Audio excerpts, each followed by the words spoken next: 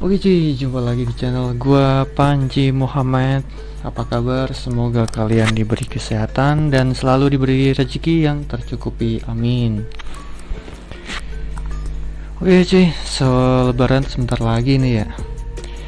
Kayaknya udah mulai libur nih dan persiapan buat mudik ke kampung pasangan. Kampung halaman maksudnya. Dan ini adalah tahun ketiga lebaran semenjak pandemi COVID-19. Gue sendiri ya terakhir mudik itu di tahun 2019.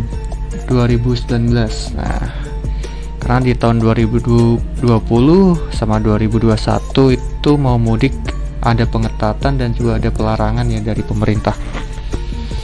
Nah, kelas balik pada tahun 2020 itu ya. Buat syarat mudik aja tahun 2020 itu ada pelarangan mudik sama pemerintah cuy. Jadi bagi yang ingin mudik harus membuat surat keterangan yang diperoleh melalui serangkaian tes kesehatan ya, termasuk tes PCR dan rapid test. Nah, pada waktu itu pada waktu 2020 itu waktu tes PCR dan rapid test itu terbilang mahal. Ada yang sampai 500.000 itu buat tes antigen aja ya. Sekarang tuh tes antigen tuh terakhir gua itu dikenakan 70 sampai 80 ribuan. Dan kalau buat PCR dulu itu sampai 2,5 juta cuy. Sedangkan sekarang nih cuma 200 ribuan, 275 ya kalau nggak salah ya segitulah cuy. Ya bisa dikatakan itu sebuah bisnis ya saat pandemi. Sama kayaknya harga masker saat itu ya, yang satu box saja isi 50 pieces itu harganya bisa sampai 500 ribuan dan itu langka banget cuy. Dengan sekarang itu 50 pieces saja itu ada yang jual nggak nyampe 20.000 dan yang jualan tuh banyak banget, bahkan merek-mereknya banyak sekarang tuh mas. Nah ini tuh sebuah bisnis cuy, bisnis keuntungan ketika masyarakat membutuhkan pelayanan kesehatan dan pendapatan masyarakat itu turun akibat banyak tempat usaha yang tutup dan banyak banget karyawan-karyawan yang di PHK karena perusahaan tidak bisa itu memberikan haknya kepada karyawan-karyawannya. Perusahaan tuh yang masih bertahan itu memotong hak karyawan agar tetap bisa bertahan dan tanpa memecat para karyawannya. Nah, tahun 2020 gue nggak mudik tuh karena ada larangan mudik, dan mau mudik pun harus memenuhi syarat yang ditentukan oleh pemerintah waktu itu. Di tahun 2021 juga masih ada pelarangan mudik. Dan bagi yang ingin melakukan bepergian lintas daerah, provinsi atau negara itu harus memiliki SIKM gitu, surat izin keluar masuk. Tapi itu diperuntukkan bagi yang non mudik ya. Jadi tetap waktu itu mudik nggak boleh. Nah, tahun 2021 juga gue gagal tuh mudik. Padahal cuti gue tuh belum gue ambil sama sekali, masih utuh. Karena saat mau mudik itu dapat info juga dari yang di kampung. Ketika kita mudik ya sampai tujuan di sana di rumah kampung halaman tuh harus isolasi mandiri dulu 14 hari baru boleh keluar. Padahal dapat cutinya itu cuma 3 hari ya, maksimal 5 hari ya. Isolasinya lebih cuti. Itu bisa resign selamanya. Dan di tahun 2022 ini pemerintah itu boleh memperbolehkan kita buat mudik.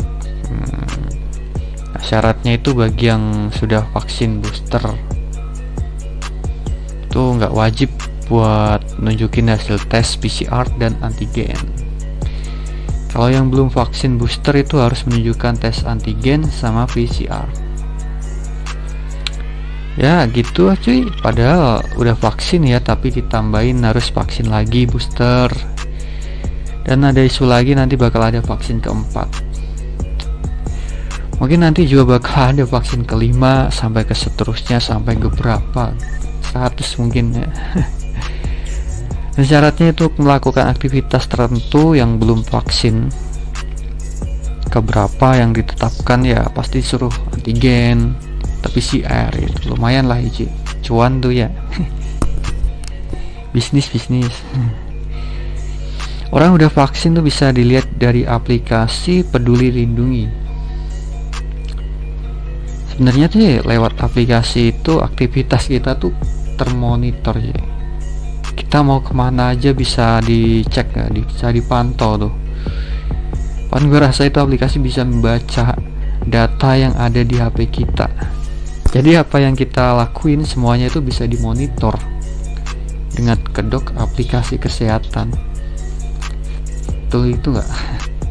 Koreksi ya kalau salah ya. Itu cuma pendapat gue ya. Mungkin ada ahli yang bisa menjelaskan. Kembali topik C, gue tadi mau ngebahas, sebenarnya gue mau ngebahas apa saja yang diperlukan ketika mudik tuh menggunakan motor.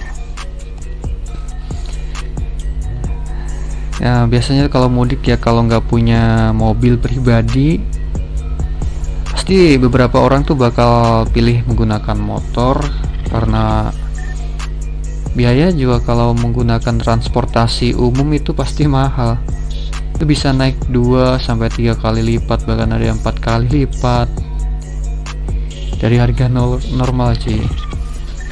Itu udah jadi budaya sih dari dulu, tiap lebaran tuh pasti harga transportasi itu pasti naik. Jadi banyak pilihan yang menggunakan transportasi milik pribadi gitu, yaitu mobil atau motor. Dan juga yang perlu dipersiapin nih kalau buat mudik menggunakan motor, itu yang pertama cek kondisi kendaraannya ya. Jangan sampai nanti di jalan tuh ada trouble kayak gitu ya. Cek dari segi mesin, olinya juga dicek. Kalau bisa sih sebelum melakukan perjalanan itu diganti oli baru itu, karena perjalanan jauh kan. Dan juga ban kalau perlu itu dicek, jangan sampai di tengah jalan itu nanti mendorong, karena soalnya kalau nanti kan udah bawa barang berat bocor di jalan, kita dorong kan repot juga, apalagi kalau tempatnya itu jauh dari tempat tambal ban gitu ya. Wah, repot juga nanti. Jadi cek kondisi kendaraan, itu yang pertama. Yang kedua itu lengkapi surat berkendara cuy. Entah mau bekerja, sebenarnya surat berkendara mau bepergian jarak dekat jarak jauh itu harus dilengkapi, terutama SIM harus punya ya. Dan jangan sampai nanti ditilang di tengah-tengah jalan, harus ikutin sidang di tempat yang jauh gitu. SIM STNK itu harus dilengkapi. Pajak cek apakah udah bayar atau belum. STNK itu perlu, jangan sampai nanti STNK ketinggalan di tengah jalan, motornya disita. Kan gak lucu juga, mau mudik motornya disita aja, terus balik lagi ambil STNK jauh kan. Jadi cek. Yang kedua cek surat-surat kendaraan. Yang ketiga untuk penggunaan helm harus standar ya. Buat yang boncengan juga harus pakai helm. Helm bukan buat kita terhindar dari razia atau tilang. Helm gunanya buat melindungi kepala, apalagi jika terjadi hal yang nggak diinginkan di jalan, misalnya kecelakaan kayak gitu ya. Jangan sampai, yang penting kita hati-hati. Untuk mengantisipasi aja sih, kepala itu nggak ada yang jual. Jadi harus dilindungi. Itu tadi yang ketiga, helm standar ya. Terus yang keempat itu untuk peralatan darurat kendaraan. Nah misalnya kendaraan kalian itu ada trouble di jalan, mungkin businya atau apanya, Jangan lupa itu bawa peralatan seperti kunci-kunci, obeng atau kunci yang lainnya. Dan juga kalau bisa itu bawa busi cadangan kalau misalnya di jalan ada kenapa-kenapa. Untuk yang ada radiator mungkin bisa bawa cairan pendingin cadangan kalau sewaktu-waktu overhead tuh panasan mesin. Jadi yang keempat tadi peralatan darurat buat kendaraan. Terus untuk yang kelima itu ada jas hujannya. Jadi kalau kalian bepergian jauh mudik itu siapkan jas hujan. Jadi biar kalau misalnya hujan terus tuh nggak kita berhenti nunggu hujan kan lama. Jadi sediakan jas hujan agar kita bisa melanjutkan perjalanan dengan nyaman. Yang keenam itu sarung tangan sama kaos kaki cadangan. Nah, tadi ketika hujan kan sarung tangan basah, apalagi yang pakai sepatu, kaos kakinya kehujanan, kita bisa ganti setelah hujan berhenti, kita bisa ganti dengan kaos kaki yang lain dan sarung tangan yang lain. Nah kalau kita nggak ganti nanti bisa masuk angin cuy, dingin kan soalnya. Terus yang ketujuh itu obat-obatan. Nah jadi kalau misalnya kita tiba-tiba merasa masuk angin atau sakit di jalan, itu kita perlu obat ya. Jadi persiapin obat-obatan yang diperlukan gitu. Yang 8 itu barang bawaan tuh jangan berlebihan. Nah buat yang mudik itu jangan bawa barang berlebihan ketika naik motor, itu membahayakan diri sendiri dan orang lain. Dan juga ada pasalnya juga kalau misalnya bawa barang berlebihan nanti juga kena tilang kan, nggak boleh. Terus yang ke-9 itu smartphone dan powerbanknya. Utamakan smartphone kita dan juga powerbank kalau kita butuh bantuan polisi atau GPS ya, misalnya di jalan kita bisa pakai handphone, dan powerbank kalau misalnya tiba-tiba handphone kita lowbat kan. Ya syukur kalau sekarang kan bisa dimodifikasi kan, atau ada kendaraan yang udah ada fasilitas buat cas handphone juga.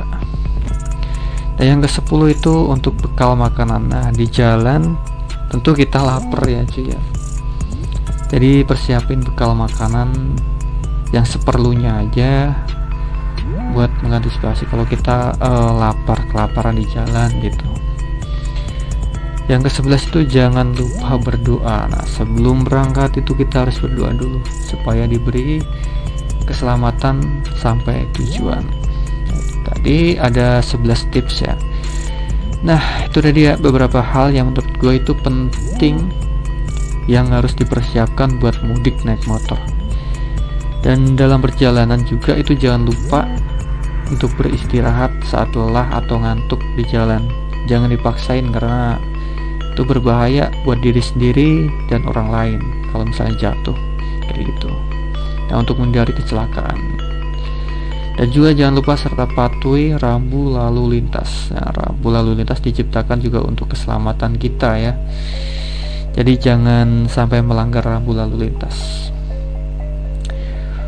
Oke tadi itu 11 tips. Yang pertama cek kondisi kendaraan, kedua surat berkendara harus lengkap, ketiga helm standar, keempat peralatan darurat, kelima jas hujan, keenam sarung tangan dan kaos kaki cadangan, ketujuh obat-obatan, ke-8 barang bawaan jangan berlebihan, yang ke-9 smartphone dan powerbank, 10 bekal makanan, 11 jangan lupa berdoa, dan juga jangan lupa beristirahat kalau lelah. Oke mungkin itu aja, dan semoga kalian yang lagi mudik lewat menggunakan motor hati-hati di jalan, semoga selamat sampai tujuan. Jadi cukup sampai sini aja ya. Yang penting jangan arogan di jalan juga cuy ya, karena jalan raya ini milik umum bukan milik pribadi. Oke. Jadi cukup sampai sini aja konten ini. Kalau kalian suka Jangan lupa komen, like, dan subscribe. Kalau kalian nggak suka ya skip aja. Sampai jumpa di konten berikutnya. Oke, bye.